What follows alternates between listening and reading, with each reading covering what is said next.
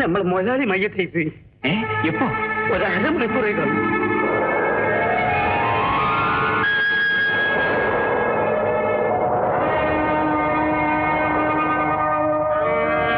സോമൻ, ദുഃഖം എന്റെ കൂടെ പിറപ്പാണ്. പക്ഷെ അനാഥയായ എന്റെ മനസ്സ് ഇപ്പൊ വേദനിക്കുന്നത് നിങ്ങളുടെ കഥ കേട്ടിട്ടാണ്. അനുഭവിക്കാനുള്ളതെല്ലാം അനുഭവിച്ചെന്ന് തീരണ്ടേ? ഏതായാലും ഞാനൊരു പുതിയ പാഠം പഠിച്ചു. ഈ ലോകത്തുള്ള എല്ലാ ബന്ധങ്ങളും പൊള്ളയാണെന്ന്. നിങ്ങൾ ലക്ഷ്മിയും തമ്മിൽ എന്തെങ്കിലും അഭിപ്രായ വ്യത്യാസം ഉണ്ടായിരുന്നു? ഒരു കൊച്ചു പിണക്കം പോലും ഞങ്ങൾ തമ്മിൽ ഉണ്ടായിട്ടില്ല. പിന്നെ ഇതെങ്ങനെ സംഭവിച്ചു? ദയവ് ചെയ്ത് അതേക്കുറിച്ച് എന്നോടൊന്നും ചോദിക്കാതിരിക്കൂ. ഞാനതൊക്കെ മറക്കാൻ ശ്രമിക്കുകയാണ്. ക്ഷമിക്കൂ, ഞാൻ വിളിപ്പിച്ചത് ഒരു കാര്യം ചോദിക്കാനാണ്. എന്താ? ബാബുവിനെ നോക്കുന്ന കാര്യം ഇപ്പോഴൊരു ബുദ്ധിമുട്ടായി വന്നിരിക്കുകയല്ലേ? വിരോധമില്ലെങ്കിൽ അവൻ ഇവിടെ നിൽക്കട്ടെ, ഞാൻ നോക്കിക്കൊള്ളാം. ആ നല്ല മനസ്സിന് നന്ദി.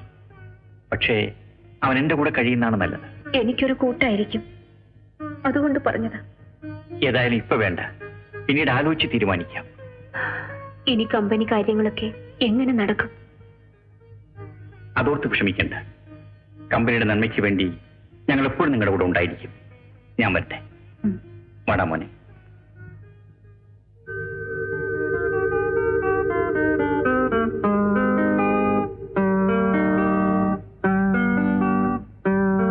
സാർ, എന്റെ വൈഫ് പുറത്തേക്ക് പോകുന്നുണ്ടോ? എന്റെ വൈഫ് മാത്രമല്ല, ആ സിക്കുകാരനും അയാളുടെ പെണ്ണും എല്ലാവരും കൂടി ഒരു ടാക്സിയിലാണ് പോയത്. നേരോ? അതേടോ, വേണാട് എക്സ്പ്രസിന്റെ സമയവും ചോദിച്ചിട്ടാണ് പോയത്. സലീം നിന്നെ ഏത് പടോ പഠിപ്പിച്ചേ?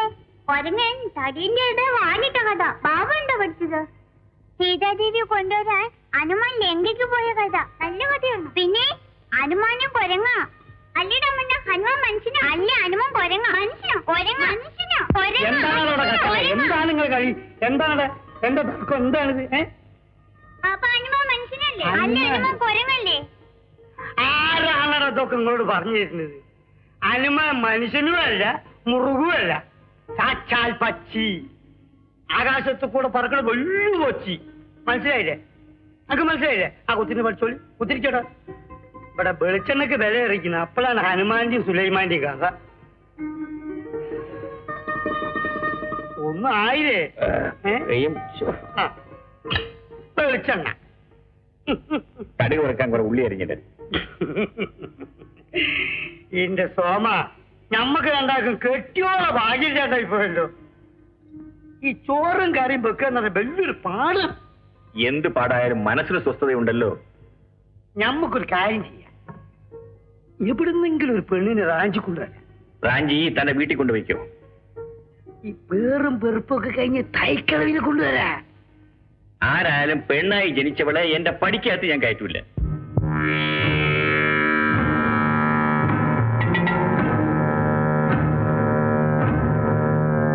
സുരേന്ദ്ര, എന്തോ? അവൻ സ്റ്റോർ തുറക്കാൻ പോയിട്ടുണ്ട്. ഞാൻ പറഞ്ഞത് ഓർമ്മയുണ്ടല്ലോ? ഉണ്ട്. ചെല്ല്.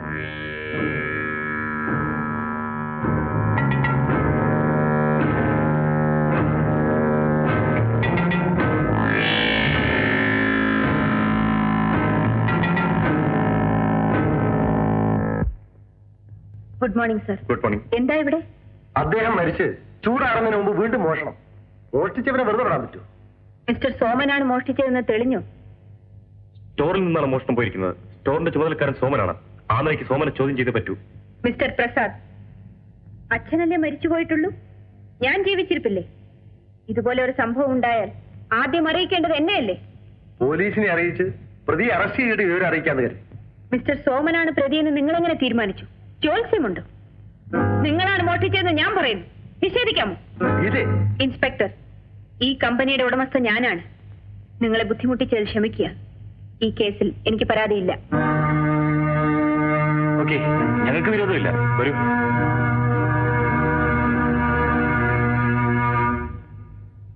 ഇന്നു മുതൽ കമ്പനിയുടെ ചുമതല മുഴുവൻ ഞാൻ ഏറ്റെടുക്കുകയാണ്. ആ താക്കോലിങ്ങി തരും. ഗീതയ്ക്ക് എന്റെ മകളുടെ പ്രായമുള്ളൂ. കാര്യങ്ങളൊക്കെ നല്ലപോലെ മനസ്സിലാക്കിയതിനു ശേഷം ചുമതല ഏറ്റെടുക്കുന്നതാ നല്ലത്. അത് ഞാൻ തീരുമാനിച്ചോളാം. താക്കോലിങ്ങി തരും. ആലോചിച്ച് തന്നെയാണോ സംസാരിക്കുന്നത്? പലതവണ ആലോചിച്ചിട്ടാണ് തീരുമാനിച്ചത്. താക്കോല് തരൂ.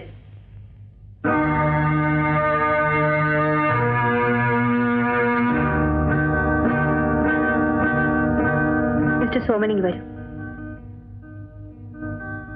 ഈ താക്കോൽ ഇന്നു മുതൽ നിങ്ങളുടെ കയ്യിലിരിക്കണം. വേണ്ട, എനിക്കതിനുള്ള കഴിവില്ല. ഞാനിന്ന് അനാഥയാണ്. എന്റെ അച്ഛന്റെ കമ്പനിയിൽ വർഷങ്ങളായി വിശ്വസ്തയോട് പണിയെടുക്കുന്ന മനുഷ്യനാണ് നിങ്ങൾ. ആ നന്ദിയും സ്നേഹവും എന്നോടും ഉണ്ടെങ്കിൽ എന്നെ സഹായിക്കാനായി നിങ്ങളിത് വാങ്ങണം.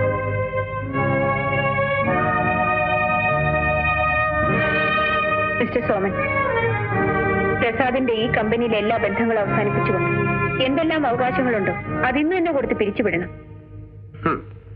എന്നെ വെറുതെ അങ്ങനെ പിരിച്ചുവിടാൻ പറ്റില്ല. എനിക്ക് ഈ കമ്പനിയുടെ ആദായത്തിൽ പങ്കുവേണം. തരാം. ഈ കമ്പനി തന്നെ ഞാൻ നിങ്ങൾക്ക് എഴുതി തരാം. ഡോക്ടർ, എന്റെ അച്ഛനെ കൊല്ലാൻ നിങ്ങൾ കൈക്കൂലി കൊടുത്ത ഡോക്ടറല്ലേ നിൽക്കുന്നത്? എന്താണ് നടന്നതെന്ന് പറയൂ ഡോക്ടർ. അദ്ദേഹം പണം തരാമെന്നും പറഞ്ഞ് എന്നെ ചുമതലപ്പെടുത്തിയത് സത്യമാണ്.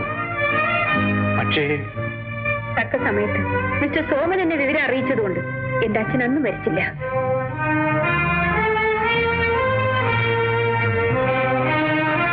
എന്താ ഇനിയും കമ്പനിയുടെ ആദായത്തിൽ പങ്കുവേണം? നിങ്ങൾ എന്താണ് ചെയ്യേണ്ടതെന്ന് എനിക്കറിയാം. പക്ഷെ എന്റെ അച്ഛനെ കരുതി ഞാൻ എല്ലാം ക്ഷമിക്കുന്നു. നിങ്ങളുടെ അവകാശങ്ങളെല്ലാം വാങ്ങിച്ചുകൊണ്ട് ഇന്ന് തന്നെ ഇവിടെ നിന്ന് പിരിഞ്ഞു പോകണം.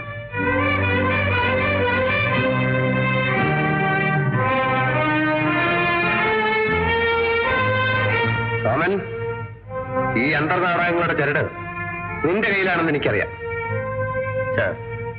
ഉപ്പ് തിന്നവൻ വെള്ളം കുടിക്കും. അതെ, അതാരാണെന്ന് കാലം തെളിയിക്കും. നിങ്ങളോ? നിങ്ങൾ എന്തിനിവിടെ വന്നു? നിന്നെ കൊണ്ടുപോകാൻ. ഞാനും നിങ്ങളും തമ്മിൽ യാതൊരു ബന്ധവുമില്ല. നിങ്ങൾക്ക് പോകാം. ഇവിടെ മര്യാദയ്ക്ക് എന്റെ കയ്യിൽ നിന്ന് വിടൂ. നിന്നെ കൊണ്ട് ഞാൻ പോകും. ചേച്ചി, ചേച്ചി! അയ്യോ, എന്താ ഇത്? എടാ, വിടി! വിടി! അയ്യോ, വിടിടാ!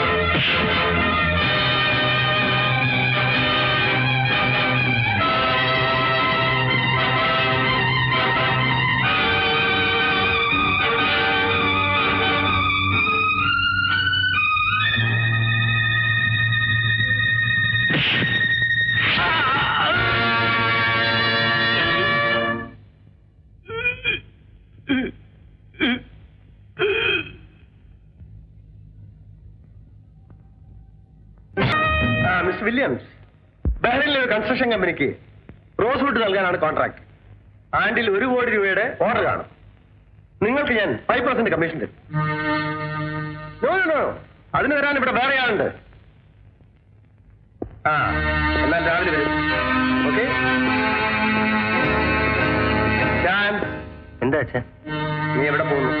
ഇന്നൊരു ഇന്റർ ക്ലാസ് മാച്ച് ഉണ്ട്. നിന്റെ ഈ സ്പോർട്സും വാങ്ങാത്തൊരിയും ഒന്ന് നിർത്താമോ? അച്ഛനൊരു പുതിയ ബിസിനസ് തുടങ്ങാൻ പോവുകയാണ്. Timber export. അതിന്റെ മുഴുവൻ ചുമതലയും നീ ഏറ്റെടുക്കണം. ഇത് അച്ഛൻ സാറിന് പറയാറുള്ളതാണല്ലോ. ഇതങ്ങനെയല്ല. എഗ്രിമെന്റ് ഒപ്പിട്ട് കഴിഞ്ഞു. ഏതായാലും ഒരു ഡിഗ്രി എടുക്കാതെ ഞാൻ പഠനം നിർത്തില്ല അച്ഛൻ. ഡിഗ്രി? നിന്റെ അച്ഛൻ ഏത് ഡിഗ്രി എടുത്തിട്ടാടാ ഇന്ന് ഈ നിലയിലെത്തിയത്? അത് പഴയ കാലം. ഏത് കാലമായാലും ജീവിക്കാൻ ഡിഗ്രി അല്ല, ബുദ്ധിയും തന്ത്രവുമാണ് ആവശ്യം. അച്ഛന്റെ വിശ്വാസം അച്ഛനെ രക്ഷിക്കട്ടെ. ഏതായാലും ഈ വർഷം കൂടെ കഴിയുമ്പോൾ എന്റെ പഠനം തീരും. അത് കഴിഞ്ഞ് നമുക്ക് ബിസിനസിനെ പറ്റി സംസാരിക്കാം. പോത്തിനോട് വേദം ഓതിയിട്ട് എന്താ ഫലം?